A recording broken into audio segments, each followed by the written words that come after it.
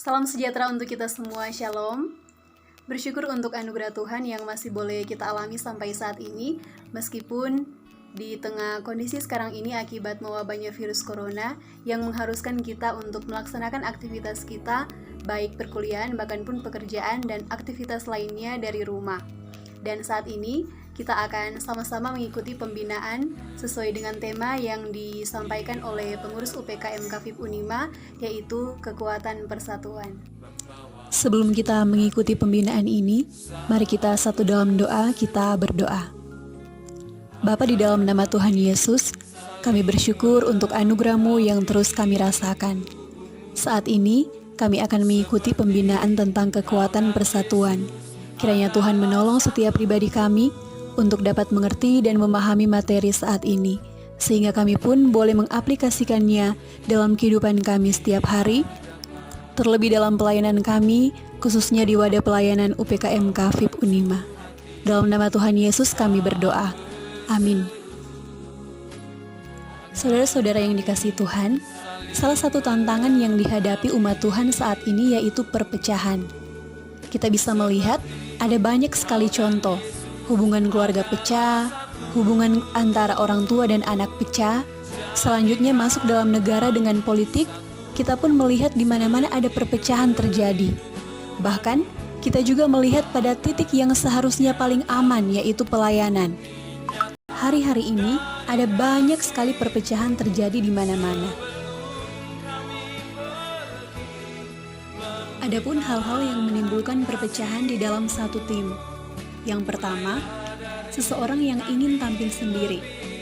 Janganlah kita menganggap diri kita mampu dan bisa untuk melakukan segala sesuatunya sendiri. Kita butuh kerja sama tim. Kita pun membutuhkan dukungan tim untuk segalanya berjalan dengan baik dan maksimal.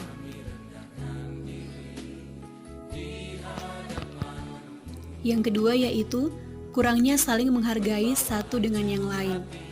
Ketika kita tidak bisa menghargai orang lain, maka kita sedang membuka celah untuk kehancuran tim itu datang. Yang ketiga, tidak bisa menerima perbedaan.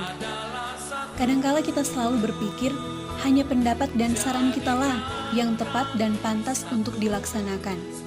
Di dalam suatu tim, adalah wajar jikalau kita menemukan perbedaan. Tetapi, jadikanlah perbedaan itu menjadi indah ketika kita memiliki kesatuan hati. Karena orang yang tidak bisa menerima pendapat orang lain adalah orang yang tidak berpengalaman dalam mengatur tim.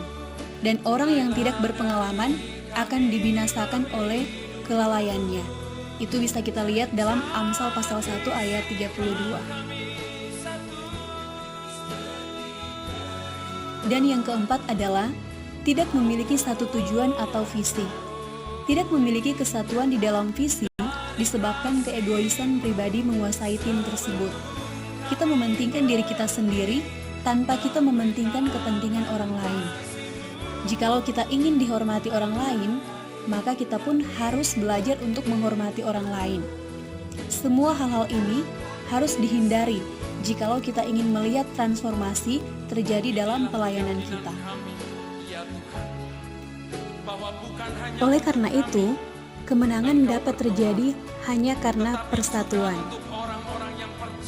Apa itu persatuan?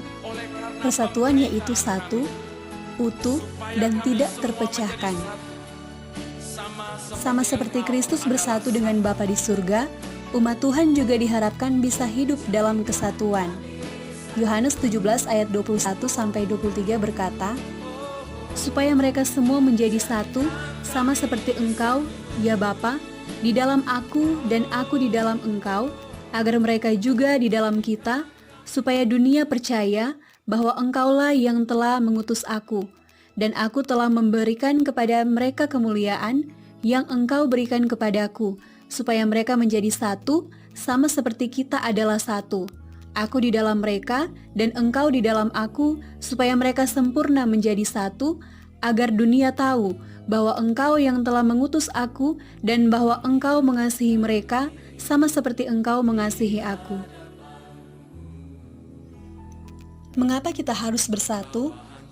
Karena yang pertama, ada kuasa dalam kesatuan.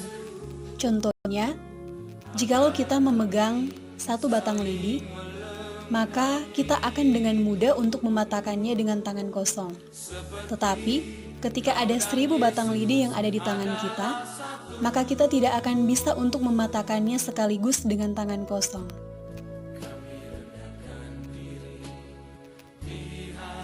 Yang kedua, karena Yesus sendirilah yang menginginkan kita untuk bersatu. Kita bisa lihat dalam Yohanes 17 ayat 20. Kesatuan adalah salah satu karakteristik dari Allah kita, Bapa, Putra, dan Roh Kudus.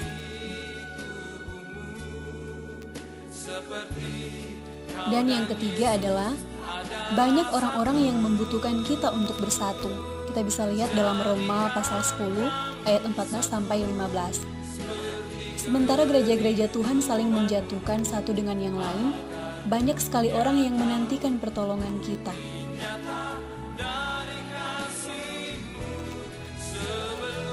Mengapa kita perlu memelihara persatuan?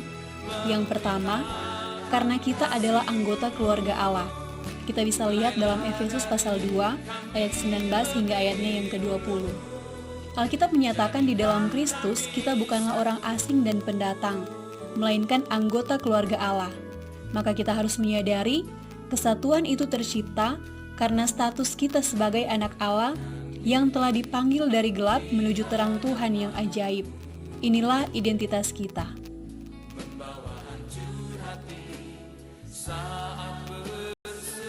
Yang kedua, karena di dalam kesatuan ada berkat Tuhan. Kita bisa lihat dalam Mazmur pasal 133 ayat 1 hingga ayatnya yang ketiga.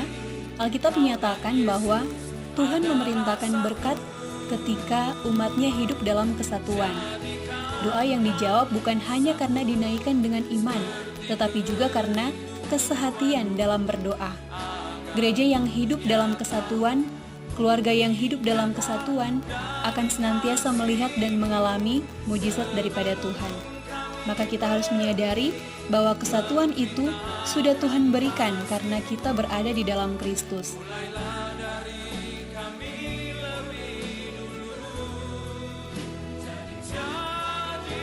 Namun, bagaimanakah agar kesatuan itu dapat terpelihara?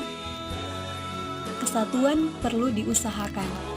Kita bisa lihat dalam Efesus pasal 4 ayat 3. Alkitab menyatakan bahwa kita tidak dapat mengharapkan kesatuan itu terpelihara tanpa berusaha memeliharanya. Ini membutuhkan kerja keras. Dan bagaimana cara memeliharanya? Kita bisa lihat dalam ayat 1 dan ayat 2, menjelaskan kepada kita bahwa kita harus hidup berpadanan dengan panggilan kita, yaitu dengan hidup rendah hati, lemah lembut, sabar, dan saling menolong.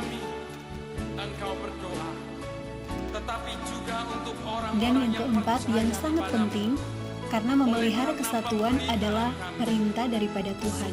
Kita bisa lihat dalam Efesus pasal 4 ayatnya yang ketiga. Doa Tuhan Yesus yang agung untuk gerejanya adalah supaya umatnya menjadi satu. Tuhan memandang kesatuan sebagai suatu yang baik dan indah. Karena itu, jika kesatuan adalah perintah Tuhan, maka seluruh orang percaya wajib memeliharanya. Bagaimana kita dapat memiliki kesatuan itu? Yang pertama, kita harus memiliki visi yang sama. Keluarga, pelayanan, pekerjaan, dan kehidupan harus memiliki visi yang jelas. Karena tanpa ada kesamaan visi, maka apa yang kita lakukan adalah sia-sia. Visi bagaikan jantung di dalam kehidupan kita.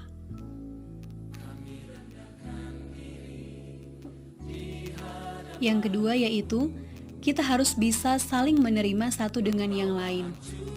Butuh kerendahan hati untuk bisa menerima satu dengan yang lain.